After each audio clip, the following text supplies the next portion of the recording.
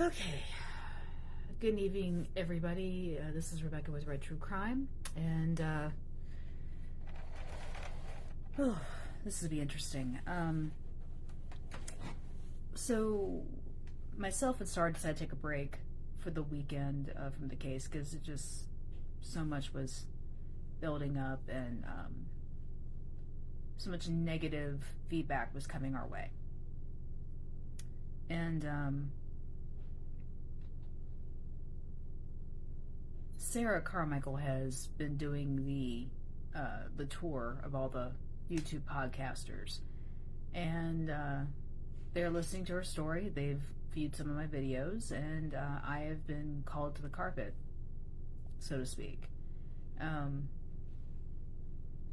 And I've gotten some negative feedback from the other creators saying that I'm being appalling and I've not been nice to the family, and and I can understand why they would think that.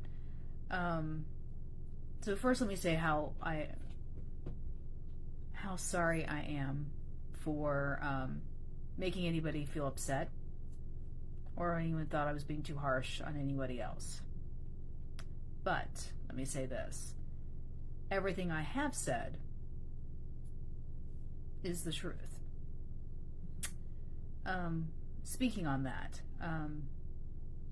I just had one of these YouTube podcasters, dredge up my husband's death, and she put it on my Red True Crime Facebook page stating, why did I tell everybody he died from a seizure when he had an alcohol problem and had alcohol offenses? So, right. And she also made the comment of, and then you had a concert in his honor, why are you protecting him? So, yeah, I read that this morning and I'm like, okay. My husband has nothing to do with the Marissa Carmichael case at all. Or my kids. My kids don't even watch these videos, so they have no idea what I'm even saying to anybody. But my husband definitely had nothing to do with this. So let me go over a few things. I have never ever not disclosed that he was an alcoholic. I have never ever not disclosed that he was an opioid addict. These are all things that I have talked about at length across the videos that I have put out there. His addiction got so bad. I mean, yeah, he had a DUI and he got busted for an open container, but he never did get help. And I have tried for years to get him help. And 6 months before he died, he had his first seizure. Collapsed in the middle of the street in front of the house. Neighbor found him. And he got taken to the hospital, and they said, yes, it was definitely a seizure. And we got him into a neurologist, and the neurologist said, after all the tests, told him, he said, Mr. Ingram, you need to stop drinking, and you need to get off these pills. He said, because this is going to keep happening. And being a person with an addiction problem, he heard the information, didn't listen. So he wasn't allowed to drive, which he didn't like being told what he couldn't do. And on the day in question, I said goodbye. I went to work. And approximately an hour and a half later, I got a phone call saying that he had been brought in to High Point Regional. I know it wasn't High Point Regional at the time, but I will always refer to it as High Point Regional. He was brought in with cardiac arrest. I was not told he had had a car accident. I found that out when the police called me. And here he had gotten up after I'd left for work, taken our daughter's car, and had an accident. It was once my oldest daughter and I got to the hospital and spoke to the emergency room doctor, because I was convinced he took his own life. I'll be honest with you. That's what I thought. He had been depressed, he had been upset, and his mom had died 6 months earlier. He wasn't dealing with that very well. He was in poor health, He'd been battling a massive infection, had been in and out of the hospital for the entire month of June. And so he wasn't happy with himself at the time. And he had been talking suicidal things for weeks prior. So that morning the accident happened. I go to the hospital. I asked the doctor specifically, I said, is it possible he killed himself? And even the police that were there said, no, there's no way. I said, okay, I don't understand. And he said, we pulled the street surveillance cameras, and you can tell he's driving and that something medical happened in the car. And the emergency room doctor said he looked in the file and saw that he had a history of epilepsy, and I said yes, and it was new, and they were trying to get it worked out, and he said, we believe firmly he had a seizure, and that's what happened. So, AJ Always Something, podcaster who questioned my truth about my husband's death, there you have it. Because it was an hour and a half after that I got the phone call that he was dead. So, yeah, and the GoFundMe we had, he hadn't worked in 6 months. He didn't have a life insurance policy, or he did, but the beneficiary was his grandmother. So people donated. We got him cremated. We did that. The concert that was held in his honor, that was people, he was a musician, he was a singer, he was well known, he was well respected. Everybody who ever worked with him or ever met him wanted to do this. 8 bands played that day. Over 300 people attended. It was a huge success. So, yeah, that money that was raised went to me and my children because we didn't have the life insurance money. That was, originally supposed to come to us. We didn't have that. And we had to replace my daughter's car because he totaled that. And there were bills that we were behind on from all the time he wasn't working. So, there you go. Now you have an explanation as to what happened with all the money that was raised, which was about a total of, maybe $5,000 between the GoFundMe and the concert itself. So, yeah, that's where it all went. I have receipts if you want to see those too. I actually emailed the funeral parlor that handled his cremation to send me a copy of the receipt because I couldn't find mine. Let me tell you, that was not a great part to my morning. It was like reopening 2 years ago. Okay, so on that, this AJ Always Something lady, herself and a woman called Duchess for the Missing did a podcast a few days ago with Sarah Carmichael.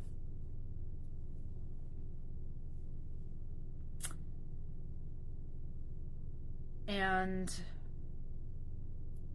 they allowed Sarah to put out her narrative. And that narrative is the same one she's been saying over and over and over and over again.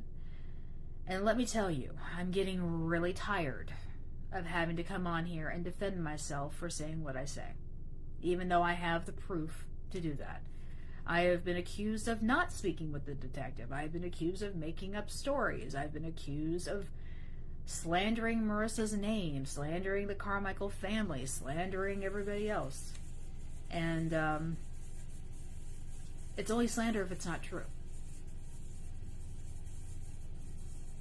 And I kept we got a message from that AJ Always Something lady who made it clear that she put it on my Red True Crime page that she had the facts and she was going to embarrass me. She was going to request a copy of the interview room where myself and Star Rain went and met with the detective, Detective Denny.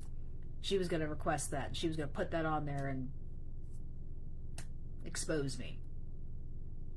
Okay. Expose me. Expose everything I've already said what happened in that interview. Now, if Detective Denny's telling a different story, he may not want that video to get out. Just saying. But I've been very clear about what the conversation was between Star and I and the detective in that room. And all that video is going to do is just prove exactly what I said. Simple as that. I do find it troubling that Duchess for the Missing and AJ Always Something hopped on this podcast with Sarah without doing any real detective work. So, yeah, that's kind of crazy. None whatsoever.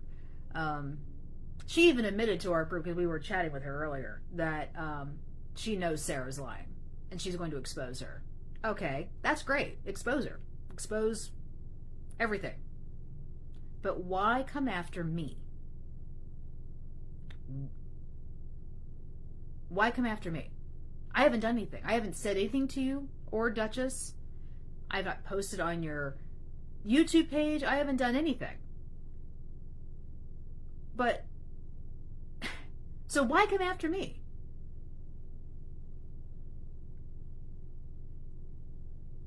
Yes, Tonier Manuel Hernandez, yes, I did. I did see that and that's something we did know, that Marissa had contact with Smoke. Supposedly he sent her money, but we've yet to see the Cash App receipt or anything proving that. So, and the fact that they had contact, which goes back to prove my theory that I think that Smoke is the one that made her disappear. So, that's again, that's still my theory. Everything leads to that, in my opinion. But let's talk more about AJ Always Something. AJ chose to take a very horrendous, traumatic memory for me and try to turn it into something slanderous, scandalous, and salacious. So, I don't know how that makes you look good, AJ. I don't understand, considering you tried to put out a narrative that doesn't exist. I don't get that. So, yeah, coming after me was dumb. But back to AJ. I have a crack team of people I work with. Let me tell you, they are great at snooping and searching and researching and confirming all kinds of information. And yeah, they found something. They found something. So we found out that AJ Always Something has a bit of a past. As we all do. We all have a past. And I'm not quite sure how she got on the case of Sarah Carmichael, but I can tell you she's very, very involved in a case involving a guy named Tyler Doyle. Oh, yeah, I know Sarah tried to limit the violence between Smoke and Marissa, tried to downplay it like it was, oh, that was years ago. What about the other women he beat up that were all in that time frame? Yeah, that's my thing on that. But back to AJ. So yeah, she has a huge past. Right now, she's currently being prosecuted for fraud and for identity theft and for stealing records, patient records, and other background check records. These are things that she's doing. And this is not the first time she's been in trouble. They found other things where she got in trouble for stealing at Nordstrom's, and she has a lot of aliases. Oh my goodness, a lot of aliases. So, I don't know. Like I said, don't throw stones. Heck, I have a past. I admit it. I have one. Shocker, shocker. We all do. But there you have it. So she also claims that she has the sealed federal file on one Sean E. Lely, When he was in the Navy, he got kicked out for whatever reason and did 9 years. I don't know. But the thing is, though, it can't be sealed because he's out, he's walking around, therefore you can just request it or it's online for you to see. So, she likes to say she has access to like shadow people where she can get to the dark web and find your deep dark secrets and stuff. She really sounds like she's got some type of psychiatric issue going on. I had someone accuse me of needing to be on schizophrenia medication. I think you need to say that to her, not me.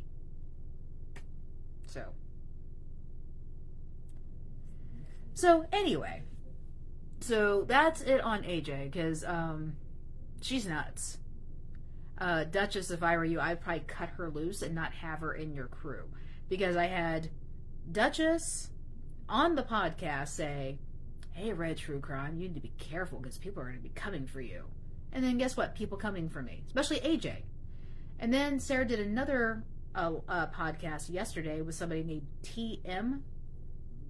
T is in Tom, M is in Mary, which I think is somebody named Tina Marie. I'm not sure. But she messaged me on my YouTube channel and was watching them, and she said she was appalled.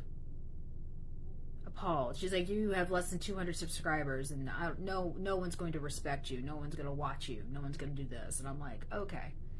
But part of the thing she was saying was that expect people to come after you. I'm shocked they haven't been doing it already. Basically condoning the harassment that I'm getting from people. So I will say this. I probably won't be commenting too much on Marissa Carmichael anymore unless we get something new, because all the information that I have put out there about this case is out there. So you all make your own mind up as to who's guilty. Because right now, I'm just waiting on the cops to do something. I still think it's smoke. I still think Tasha and Naja and Victor are the other part of the brain trust that dispose of the body. But I don't know. Yeah, that's true. Yeah, and AJ was very proud of being a fraud. She really said, I've been to prison 15, 20 times. Who the hell brags about that? Seriously. That's crazy. But yeah, with Marissa, though, no new information. But now it seems like everyone's coming after me, and I'm getting real tired of it. I know Star's getting tired of it, too. And we had some people ready to come on and talk about some of the things that I lied about. But I don't know if anybody's on here, so let me see if I can find somebody real quick.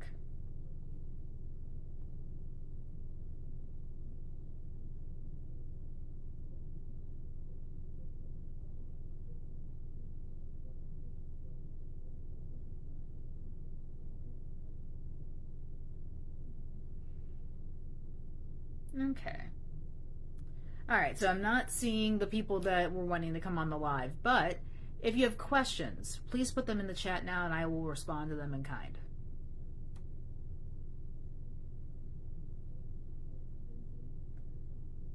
Yes, and Nini, she did give a child up for adoption, but I'm not going to go into that too much.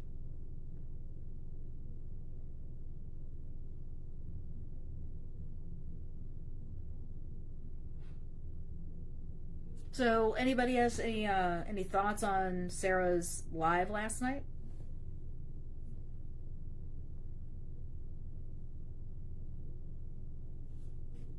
Oh, Christina, you're done with Sarah? Okay. Did you want to come on live and explain that?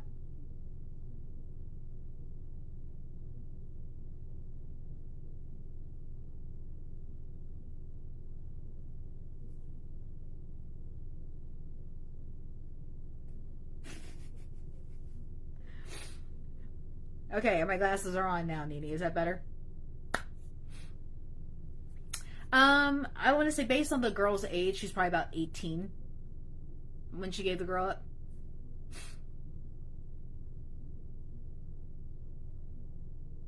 Okay.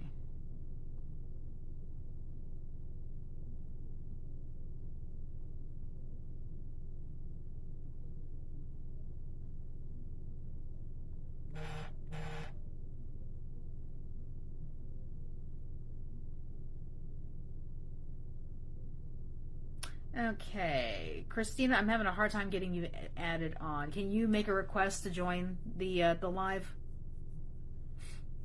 So I have my glasses on now. You'll get a lot of reflection with the light and everything, and I apologize. But I definitely can read the chat better. I call these my His Girl Friday glasses. You know, my detective glasses. Ah, there we go.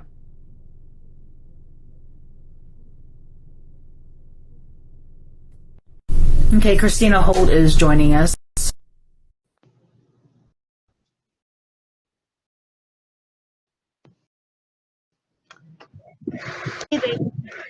Hey. Okay, so you said you're done with Sarah, so do you want to... Hey. Okay, so you said you're done with Sarah, so do you want to... Okay, so you said you're done with Sarah, so... Yeah, it's basically like her switching her stories. 1 minute Marissa's trafficked, the next minute she's being held against her will. Sarah just needs to call it how it is and quit trying to cover up for everybody else. Right. If she would have answered that phone call when Marissa called her, maybe Marissa would have been home by then. Okay. And I mean, I just feel like Sarah is trying to cover for Smoke, Tasha, Naja, and Victor because her own little habit. And yes, Marissa had a history of prostitution. Yes, Marissa had, drug problems. She took a Xanax the night she went missing prior to Tasha probably saying it. Right. And then she got more on the way into Greensboro. So for Tasha to take her to get the pills, that just goes to show that Tasha doesn't have, enough common sense to say, no, I'm not going to do that. Instead, makes me think Tasha's doing it too. Right. I mean, I've got some screenshots of her trying to get like methadone and other pills like that. Tasha does. But I did not want to put that out there on the web. But I let it slip.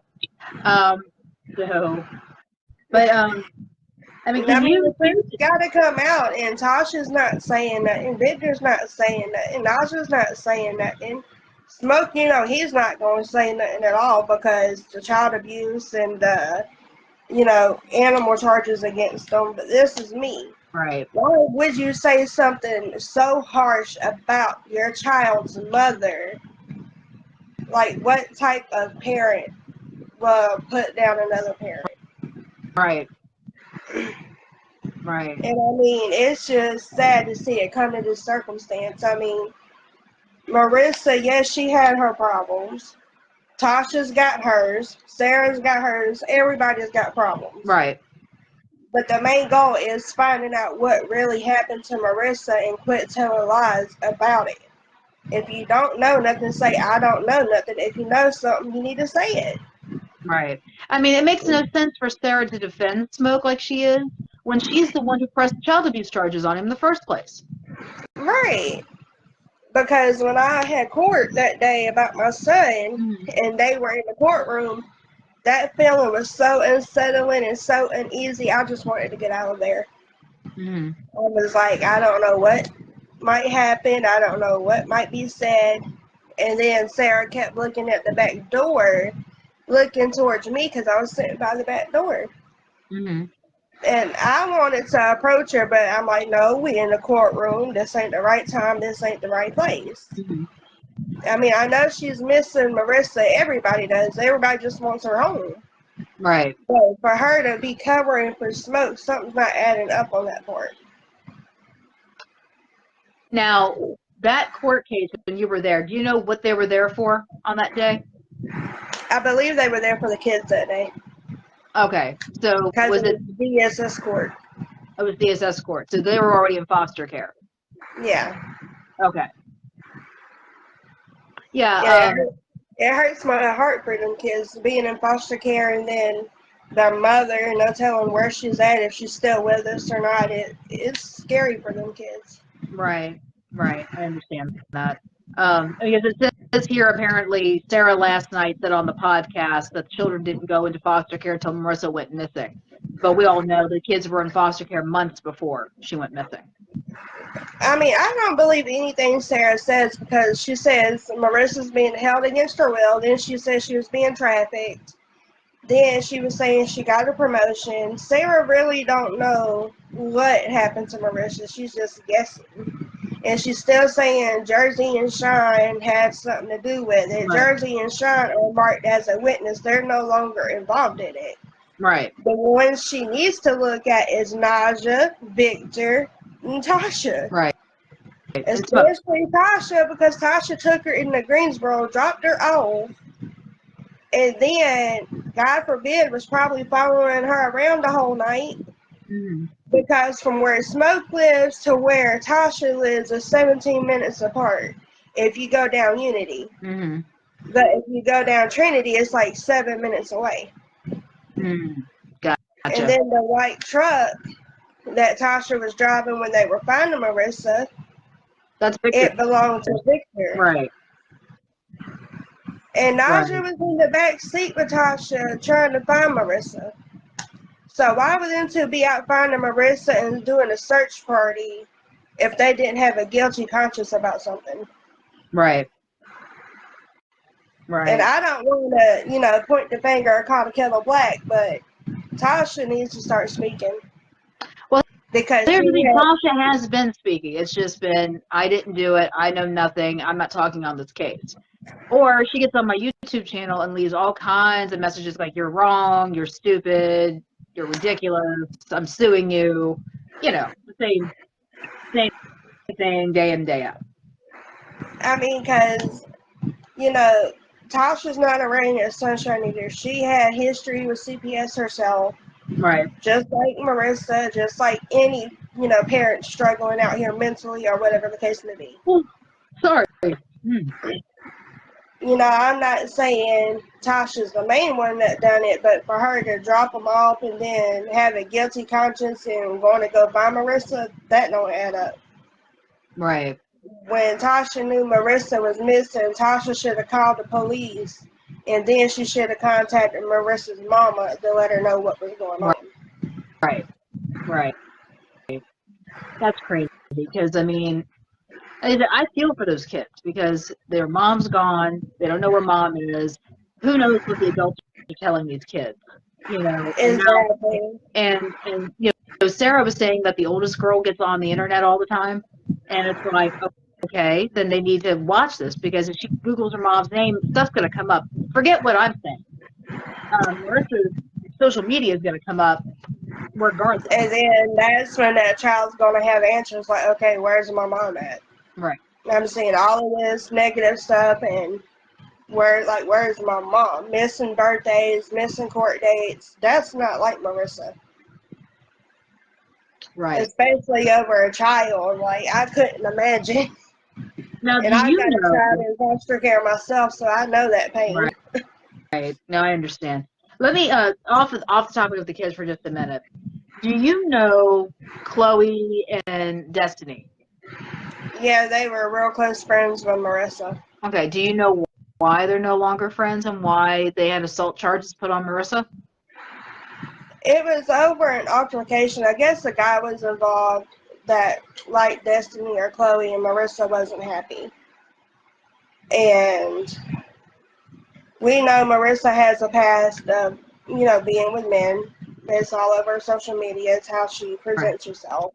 She just wants that attention. Wrong kind of attention, but she wanted it. Right. And Chloe and Destiny were just trying to look out for Marissa. Mm-hmm. But like they say, it's a bad altercation from what I understand. Yeah.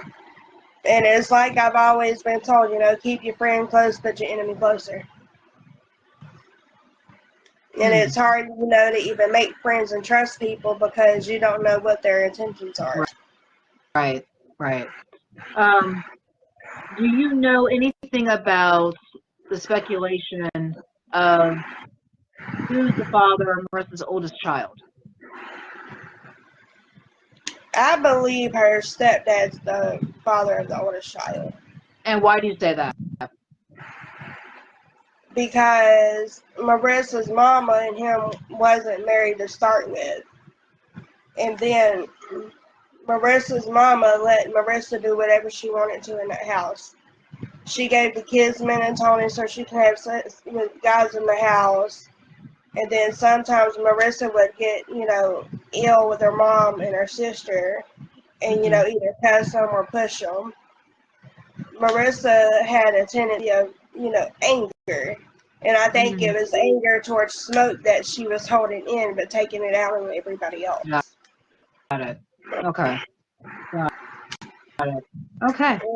And just like with that speculation of Emma being pregnant, I don't think that's the case.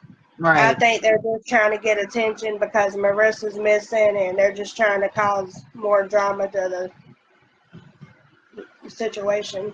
Right. Yeah, I mean, this whole situation, I mean, let's be clear. When Marissa first went missing, there were multiple groups of people trying to band together and find Marissa. And over time, over like a matter of weeks, most of them just fell off.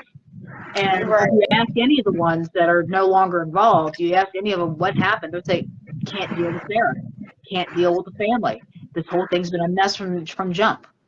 And yet they want to accuse people like me of interfering with the investigation. But how am I interfering? I'm not.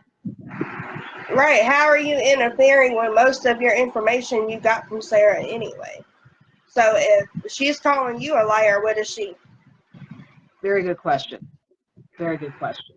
Because you have to have consent to even put information out on the internet of a missing person from their family member. Right. And Marissa gave your number out to Mo, which was dumb as hell on her part. Right. And then for Mo to say, oh, me and Marissa are just friends, we all know different. Yeah. I mean, on the news he said, oh, me and Marissa are just friends, but if you look at a picture of him and you look at Marissa, you can see the resemblance that they're related. Okay. So you think Mo and Marissa are related? Mm-hmm. Really? Okay. Yeah, because Sarah says they're not. Sarah says there's no family relation there, that they're just friends.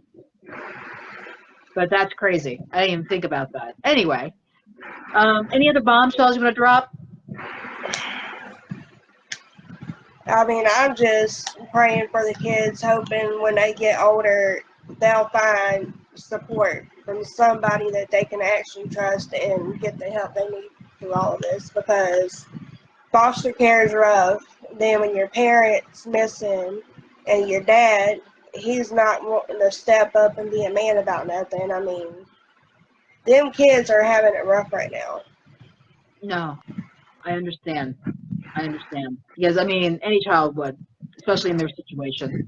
So, yeah, the question is, why is Sarah pushing everybody off this investigation? Why does she not want her daughter found? That's the ultimate question.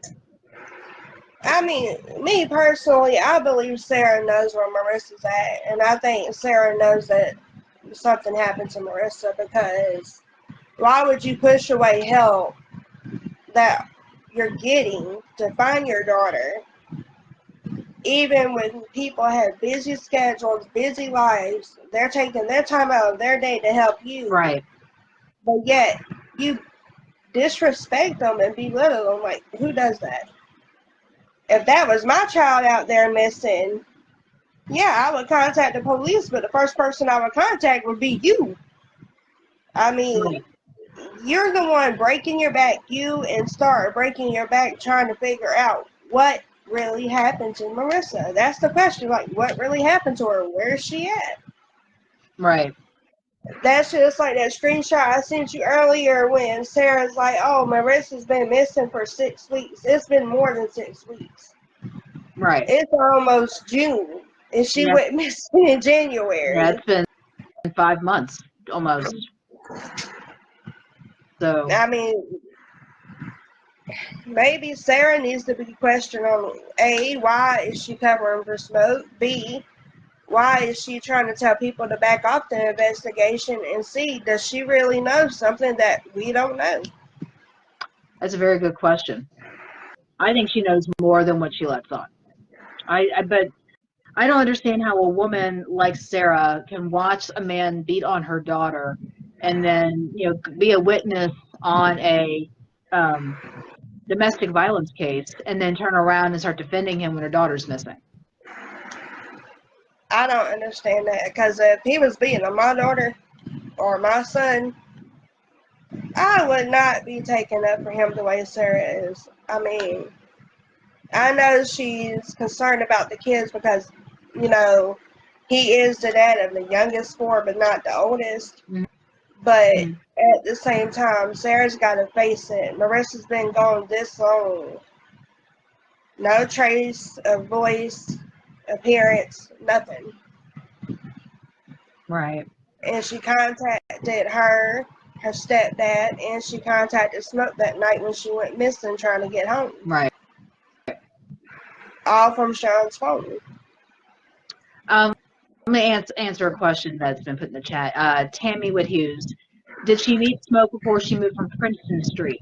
Tammy, I don't know when she moved from Princeton Street, but she has been with Smoke about 7-8 years. That I do know. Yeah, that sounds about right, because Marissa's first kid, when she got pregnant, she was 16. And she's been with Smoke for 6 or 7 years, and Marissa's 25 now, so yeah, that's about right. Actually, no, Marissa would have been 15 when she had her oldest kid. She would have been gotten pregnant at 14 and had her at 15. Yeah, we did the math on that. So, and I mean, I hate to throw it out there, but like they say, kids learn from their parents. Maybe Sarah was displaying some inappropriate behaviors in front of Marissa, and she picked up on them.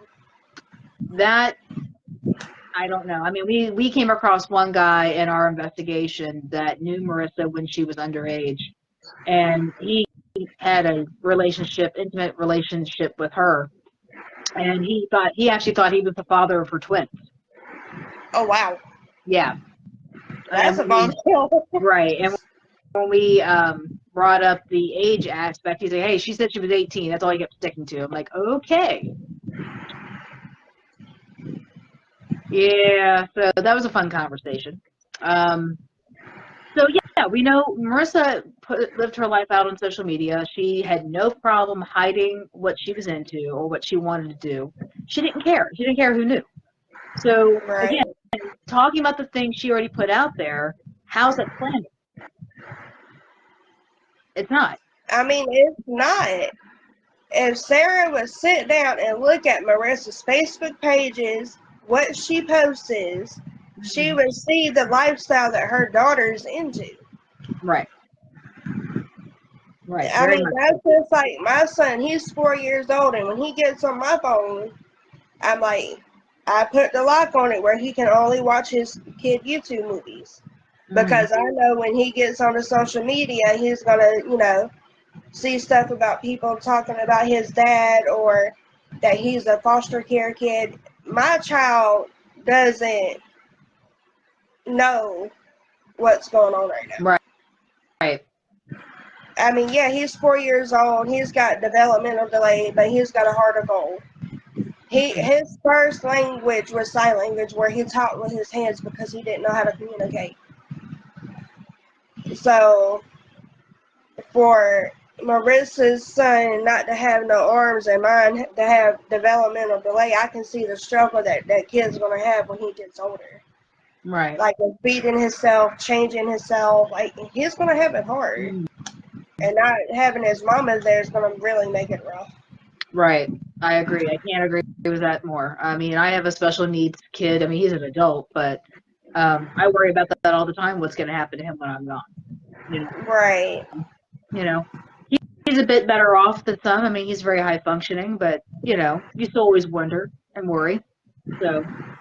And that's just like, Tasha and Victor done got together, but wasn't they together when Marissa went missing? Because they had his truck. Yep, they were. They were together when Marissa went missing. And then they broke up, and then Victor put on Facebook that Tasha knew where her body was, and then that started a whole thing. So Right. So if he put on Facebook that Tasha knew where her body was, he was probably there when they disposed of it. that would make sense, because he got on me for saying anything online, and I was like, dude, you put it out there. I mean, if you don't want that on social media, don't say it. Yeah. My I thing mean, is but we could eliminate the people that don't have nothing to do with it, and that would leave your final suspects. Tasha, Naja, Victor. Yeah. I mean, Tasha, that's what I Victor, was doing ever since the case started. From beginning to now, I'm like, okay. Sean picked her up from the gas station. Jersey took her to the gas station. They got into an altercation. And then she's like, I don't have my phone. He took my phone. I don't know where I'm at. Right. And that goes to show right there that she was probably high that night and didn't remember where she was. But for the police to take 40 minutes just to get there, right, that's what don't make sense. Even though Marissa said it was a non-emergency call, you can tell she was in distress, so that was an emergency. Right. Well, I mean, I know GPD is severely understaffed, which is not a good excuse, but it definitely is something that needs to get fixed. And, you know, now, Tanya Manuel Hernandez, they said, I still think Naja holds all the answers. I agree with you on that, because I think she's the weakest link to all of this. I think if you can get her to talk, all answers will flow. So that's absolutely correct, because I noticed when Sarah was on that podcast the other night, and she said that, saying that Naja and Marissa never did get separated at the beginning, and she said that they never went without texting each other at the beginning. This is me. Naja said she left Marissa. Mm-hmm. So therefore, is she trying to call Naja a liar too? I mean, seems like she's calling everybody a liar. She seems to have her hands full with just calling everybody out for everything. And it's like I tell people, you can call me what you want, but a liar is something I'm not. Right. I mean, like I said, I've got these YouTube podcasters coming after me, calling me appalling and horrible and lying and mean and all this other stuff. And it's hard to ignore that, because it does weigh on you eventually, I'm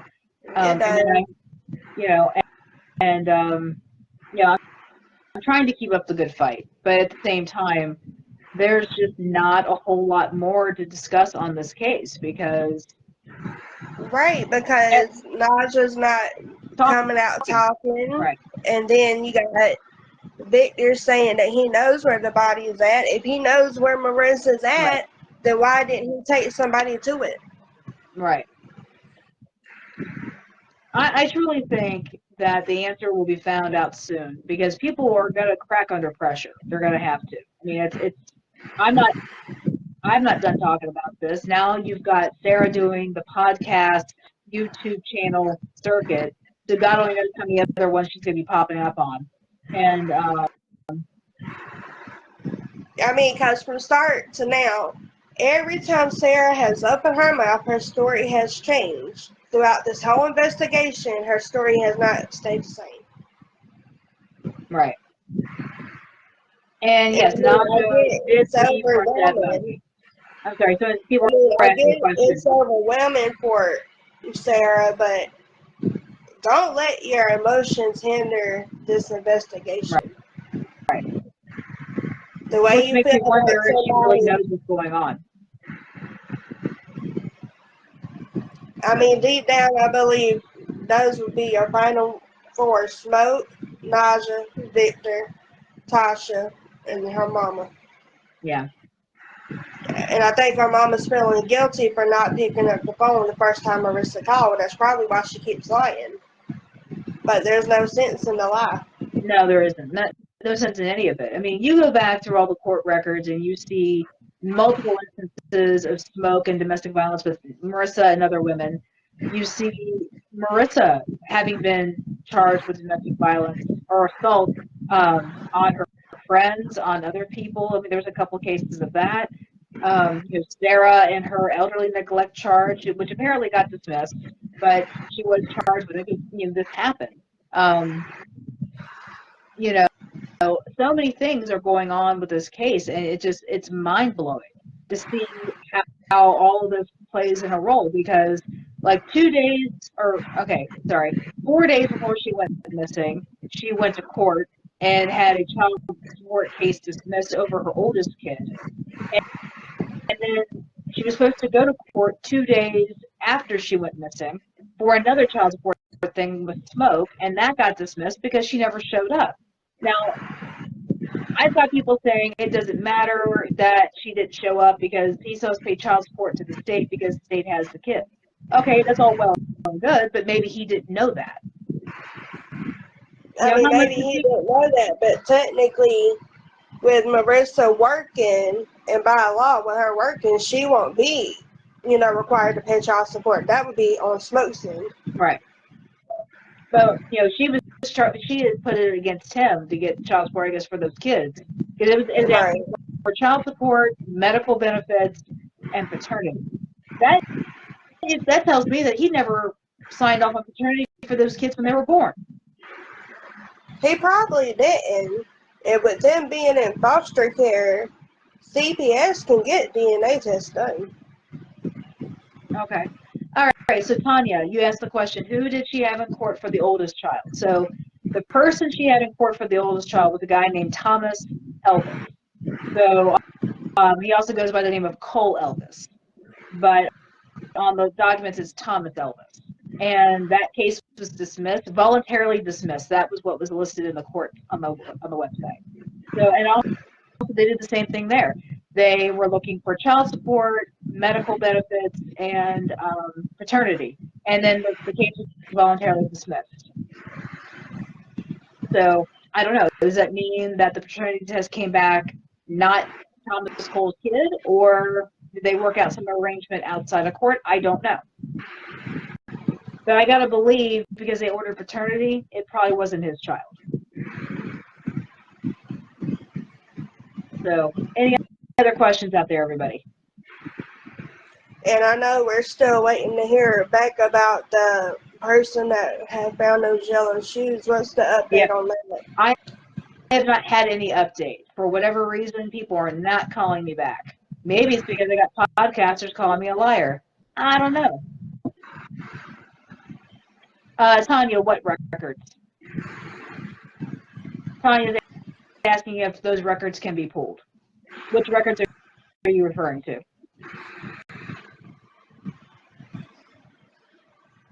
See if they clarify. Yeah, but the yellow shoes, no, I have not heard anything on that. I may not. I think I have been kind of kicked to the curb with the police, but that's okay. The court records for DNA, I did not see those as public. I think they'll probably keep, because it's medical, they'll probably keep those private. Not unless they find somebody else's DNA on it and then release it that way. Well, I mean, they won't release it to the public. That would be something that's always going to be confidential information. So, well, Tina, I'm going to go ahead and let you go, because I know you've got the flu and you got to recover from that. But thank you so much for hopping on here with me. I appreciate it. And you have a good night, sweetheart. You too. Bye. Bye.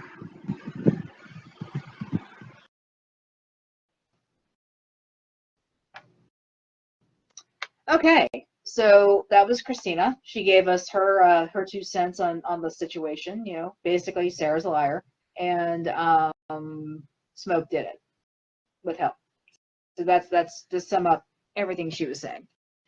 So do I have any other questions? Sorry, just knocked that loose. Any other questions or comments anybody wants to bring at me at this point?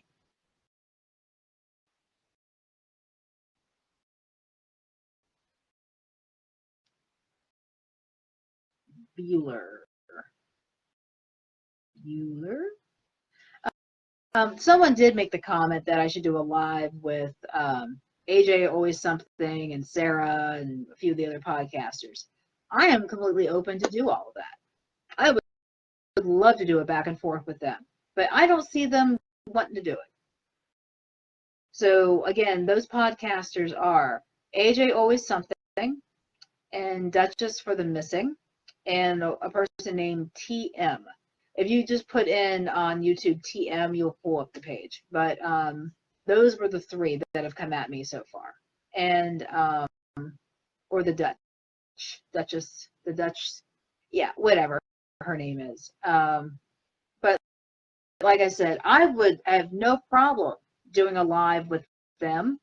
No problem. If they want to invite me on, I'll be glad to talk to them and we could share ideas, because at the end of the day, none of us are rural investigators. I mean, we look into stuff, we have theories, we talk to people, but at the end of the day, none of us hold any type of actual authority. So, I would love to talk to them and we could just throw out some ideas, because I know for a fact that Duchess and AJ Always Something don't know the area here. And that's one advantage I have over them, is I do know Greensboro. I live in Greensboro. I mean, I'm down by the gas station she left out of with Sean. I'm down there all the damn time. I walk past Sofa Lounge 117 when I'm doing my walks downtown. So, oh, thank you, Minnie. Thank you. I really appreciate the compliment. I would be a good investigator. That's so cool. Yay. I think in another life I would have been like a Miss Marple or a Jessica Fletcher. Somebody sent me a comment earlier today saying that she was originally thinking I was Jessica Fletcher, but she said I was a badass Daphne from the Scooby crew. So I will take either one of those. But yeah. Like I said, I mean, if you look at the court records alone, they tell one whole story. And it's a story you can read through and you can basically extrapolate from that and not have to do any real major investigating there. I mean, it tells a story right there. When someone goes missing, or when you suspect foul play, the motives are almost always money or sex. Almost always. Carmen Sandiego, I can go with that too. But the motive is almost always money or sex. I mean, it comes down to it. So let's look at those in regards to Marissa's case. So we know, and Christina said this, that Marissa was into prostitution. She did do it. No judgment there, but she did do it. Drugs were another thing that was part of her life. However, let's look at the sex angle of this. She was with a guy named John White. This is before she was 18. She was with this guy. Very good friends with Smoke. John White was killed, unfortunately. And you could tell he really gave a darn about Marissa. He really, really liked her a lot. And so I can only imagine how devastating that was for her when he was killed. He is killed, and then she takes up with Smoke and then has more children. So it's already been told to us by other people that Smoke was obsessed with her, made life hard for her, went out of his way to make it clear that he didn't like her anymore and that she was the worst mistake of his life. Tanya, yes, the Haley girl from the Archdale Waffle House. Actually, she's been found. She called, and she's fine. So she's no longer missing. So there's no connection. But these are all things that he has done.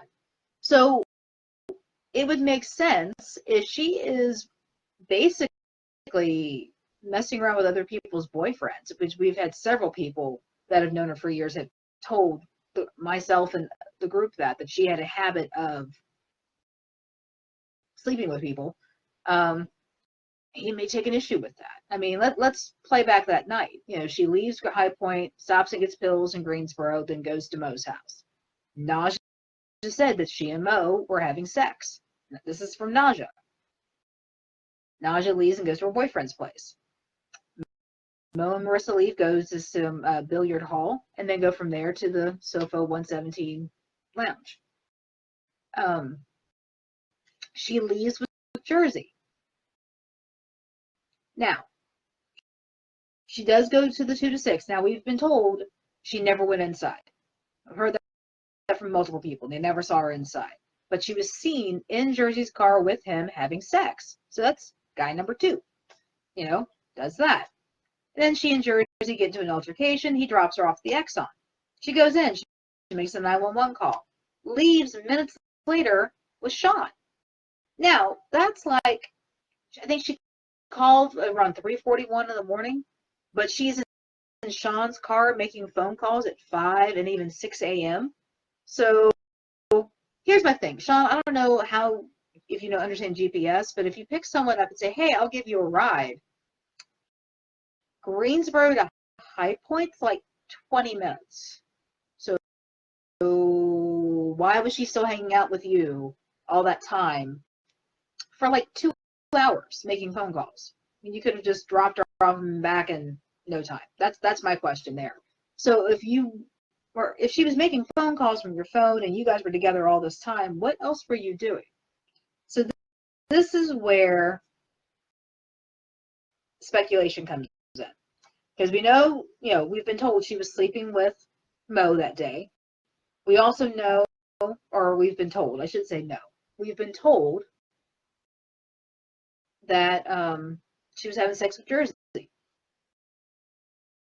And we do know that she did get in contact with Smoke. Oh, sorry. It's been a long week. Anyway, we do know that she was in contact with Smoke because Smoke's supposed to have cashed after some money. So how do we know that he wasn't already in Greensboro and when sees her get out of the car with Sean, flips out and kills her? We don't know.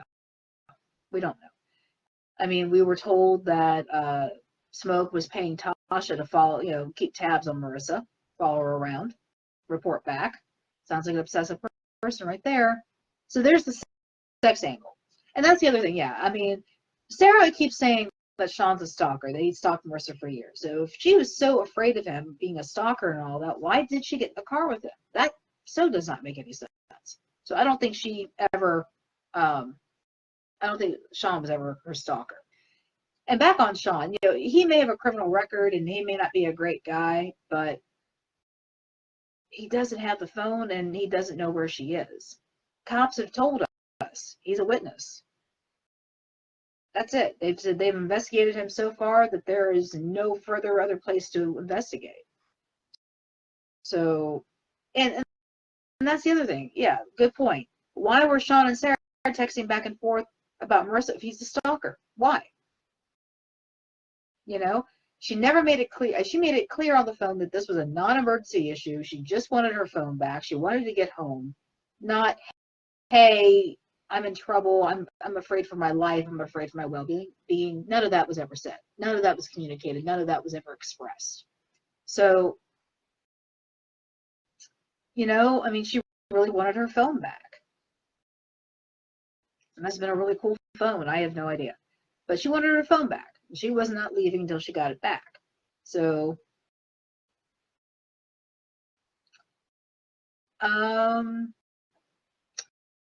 not sure. Hold on here. I've got somebody who's messaging me. They can't comment on the live. So give me a second here.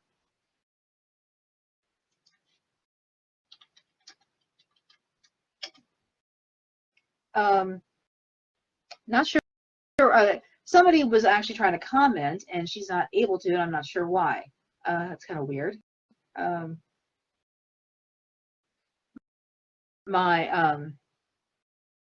Anyway, so give me 1 second here. Let me send this person a message.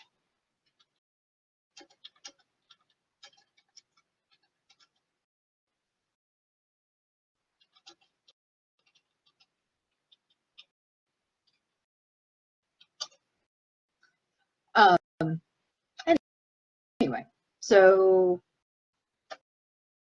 yeah, none of it makes any sense why any of this is happening. I mean, what could she have been doing in his car all that time, driving around?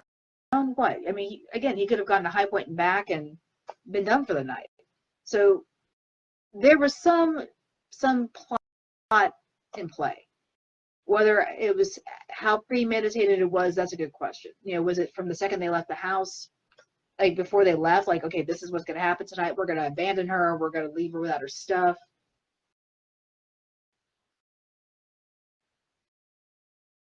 And, you know, these are things we don't know. Like I said, I think she was probably having sex with Sean too. Because if you put Sean's phone number into the internet, it brings up a lot of escort ads. So that's probably what he's doing now that he's out of prison. Right. And I agree with you. I think they're wasting their time with Sean. I think if Sean was a true suspect, they would have had him in custody by now.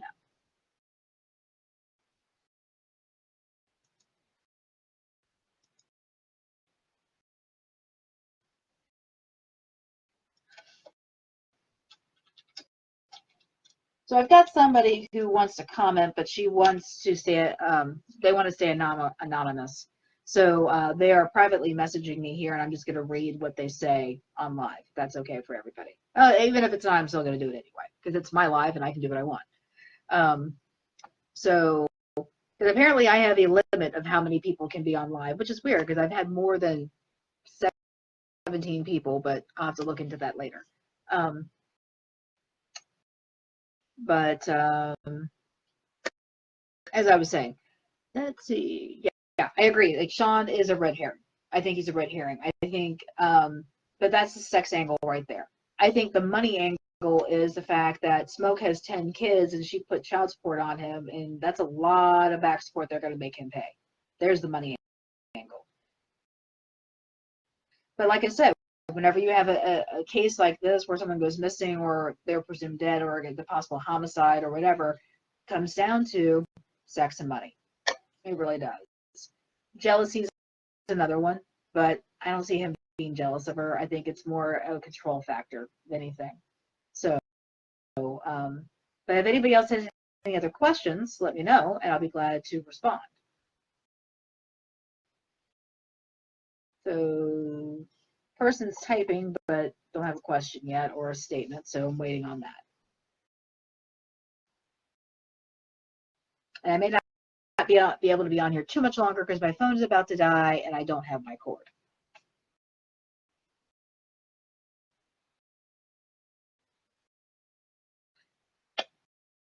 So how about them Bears?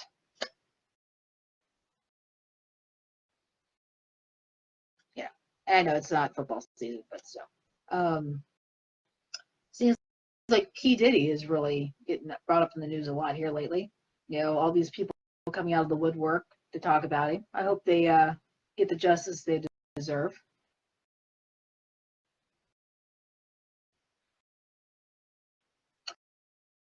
But yeah, I'm gonna put that offer out there again. Duchess and AJ and TM and any other podcaster out there that wants to challenge me about all this, I'll be more than glad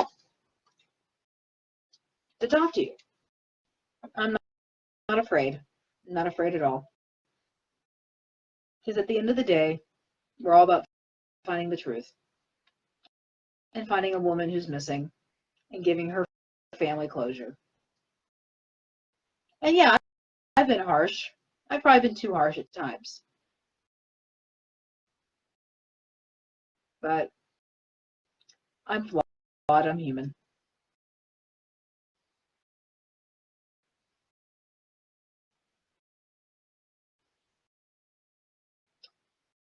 So, yeah, so that's where we're at on that. So, it's just again, it's a sad state of affairs. The whole thing is. You've got strangers caring more about Marissa missing than her family appears to be. You can do all the podcasts in the world and you can say all the things you want to say, but at the end of the day, you're not speaking any real facts. You're throwing mud at somebody that the police have basically said is a witness. Tanya, no one knows what time she contacted Smoke, or if they do, they've not released that information. I agree with you, Christina. She was not using her best judgment that night. She was not.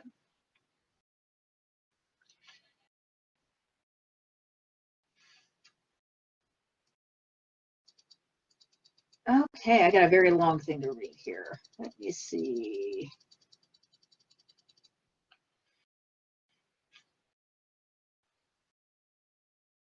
Okay.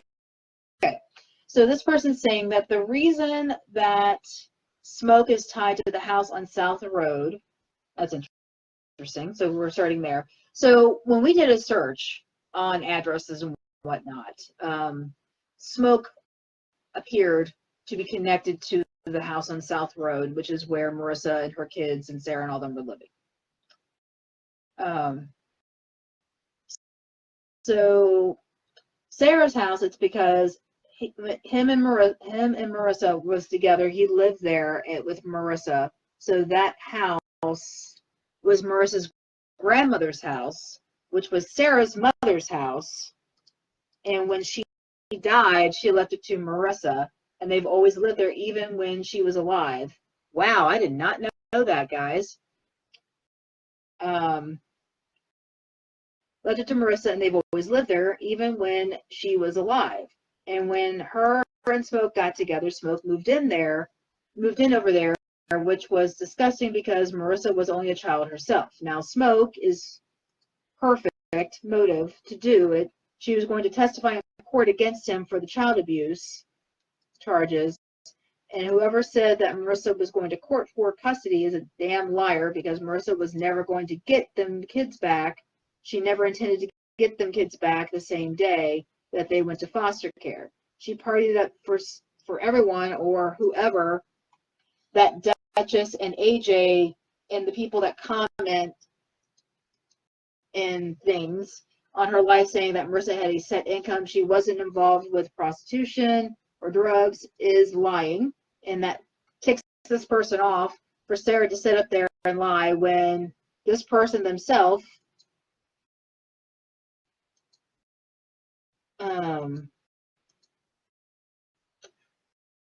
saw her get pills and watched her buy crack and have sex with people time after time. And if you don't have a pill with this, well, I guess she's saying bitch, can't even get out of bed. She ain't sick with bad help. She's withdrawing off them damn pills when she doesn't have them.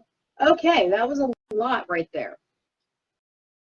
Yeah, that's a good question, Tanya. I've actually asked that question myself because I've had multiple people comment on the YouTube channel saying, I live with them. And it's been like at least 7 or 8 different people. So yeah, that's a good question. I would love to know how many people can fit into a 2-bedroom house. Okay, person on my private messenger. Okay. Oh, okay. So they were talking into the phone, texting, and it was, yeah, okay. So, okay, so they have sold her pills, and the reason why she cannot get out of bed is because she's withdrawing off them damn pills, and I have watched her buy crack time after time. Are you referring to Sarah or Marissa in that statement?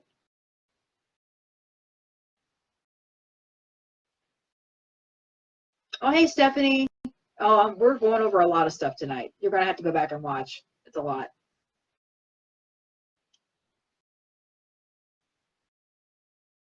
And the answer is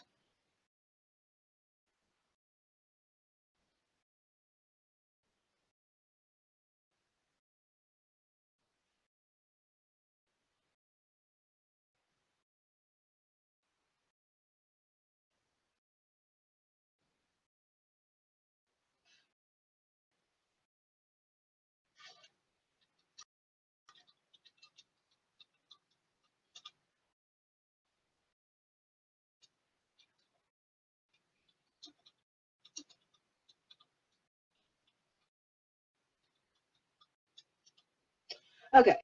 So I'm waiting on an answer to that question.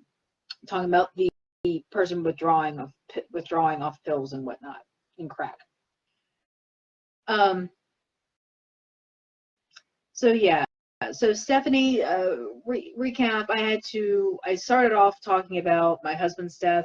That I've had some YouTube podcasters question my validity on a lot of things, and one of them went on my Red True Crime Facebook page to say that I lied about my husband, how he died and whatnot. So I had to clear that up. And then we have just been going on about these podcasters that don't like me, and that Sarah has been on their YouTube channels doing lives and basically putting out the same narrative she's been saying. So so that's where we're at. But does anybody have any other questions about anything?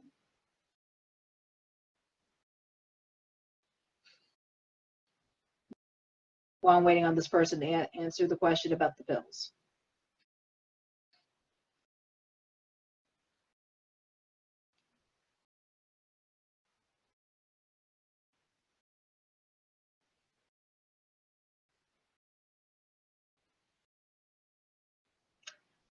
I mean, I've been okay. It's been a rough day.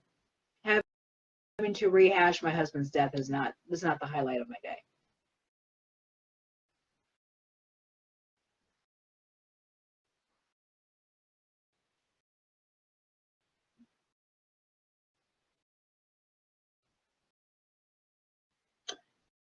So,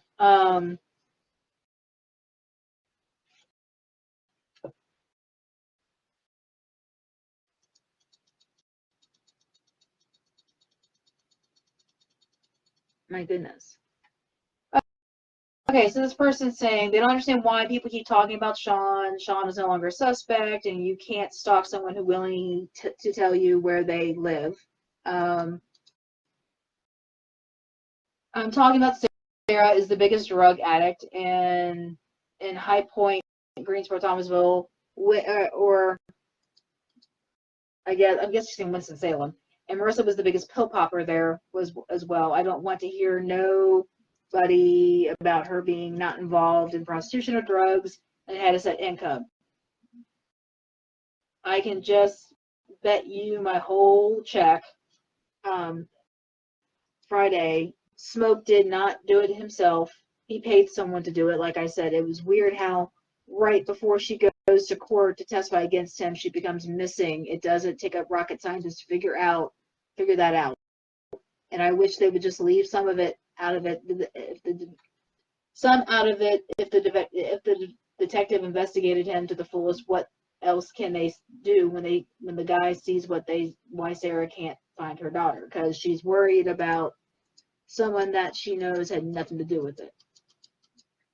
And she says she doesn't give a darn if that's the father of your grandkids. Like she said, well, he's always going to be family because he's the father of my grandkids. Yeah, the father that effing dislocated your grandson's hip and beat the crap out of your daughter all the time. Really, you got respect for it? Someone like that. Sarah's stupid as hell. She makes me want to go over there and smack the person myself. Okay, that is what they're saying. So, yeah. Again, this person who's commenting has made it clear that Marissa was doing pills, also in prostitution. So we got two people there. That was one thing that Sarah is still putting out there, saying that Marissa was not a prostitute, was not into pills or any drugs. And again, this is all not true. She just happened not to get caught. Let's make it clear. She just didn't get caught. She worked with Mo. There's photographs, there's video of her at these places, when they had these parties. She was going to the privates, the 2 to 6s and whatnot. And that's where these girls make a lot of their money. So, I don't know. Like I said, I am just getting real tired of having to come up here constantly and defend myself. Because at the end of the day, I'm just trying to help find somebody. But you're not going to find this person if you deny someone's background.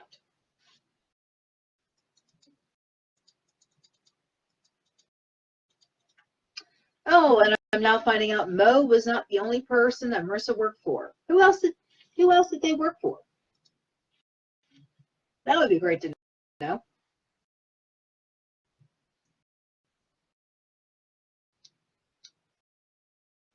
But I'm not gonna lie. I mean, the people involved in this case, the suspects, these are not these fuzzy, cuddly people to be around. You know, many people that have come to myself and to the rest of the group and told us, you know, things about Smoke and about the other people involved have made it clear that Smoke is a crazy dude and they are terrified of him. Thank you, Tanya. I like to keep doing what I'm doing, but it's getting kind of hard.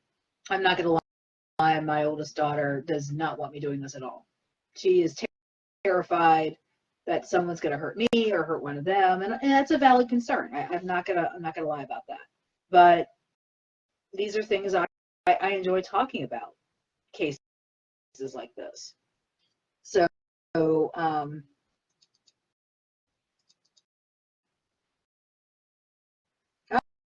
apparently Smoke was also pimping her out. Apparently he was pimping her in the very beginning when they first got together.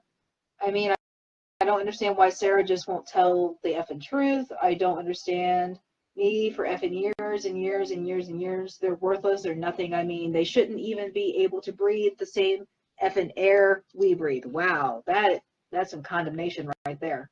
So now we know that Smoke's also a pimp. Who knew? Wow. That makes sense. It plays. You know, he's so much older than her. It makes so much sense that he would do that. Really. I mean, come on. The guy's got drug charges, animal abuse charges. Would you really be surprised that he was pimping out his girlfriend? Come on. Or the mother of his children, whatever. Right. I understand. Well, my phone has literally got minutes, like a minute before it shuts down. So I'm going to go ahead and close this out.